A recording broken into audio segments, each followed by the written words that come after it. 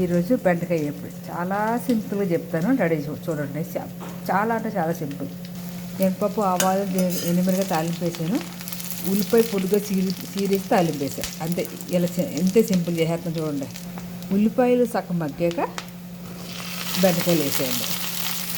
మగ్గాక ఉప్పు, పసుపు దింపేయండి. అంతే. సింపుల్ టేస్టీ బెండకాయ వేపుడు. బెండకాయలు, ఉల్లిపాయలు కొంచెం ఎక్కువేయండి, సమానంగా ఉండి చాలా బాగుంటుంది ఈ వేపుడు. కొంచెం ఉప్పు, పసుపు.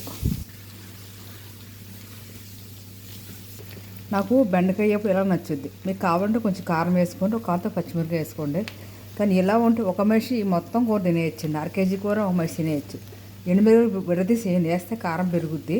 నేను ఎక్కువ కూర తినాలనుకుంటున్నాను కాబట్టి ఎండుమిరగాయలు కట్ చేయకుండా వేసాను. కొంచెం కమ్మగా టేస్ట్గా లోనికి వెళ్ళిపోద్దండి. అస్సలు కారం ఉండదు, చాలా బాగుంటుంది. సింపుల్ టేస్టీ బెండకాయ కర్రీ, లేడీస్ ఫింగర్ వేపుడు ఫ్రై. టేస్ట్ చూస్తున్నా చాలా అంటే చాలా బాగుంది. ఒక చిన్ని కప్పు రైస్కి 2 కప్పులు కూర వెళ్ళిపోద్ది. అంత టేస్ట్ అండి బెండకాయ కర్రీ. తినండి, ట్రై చేయండి.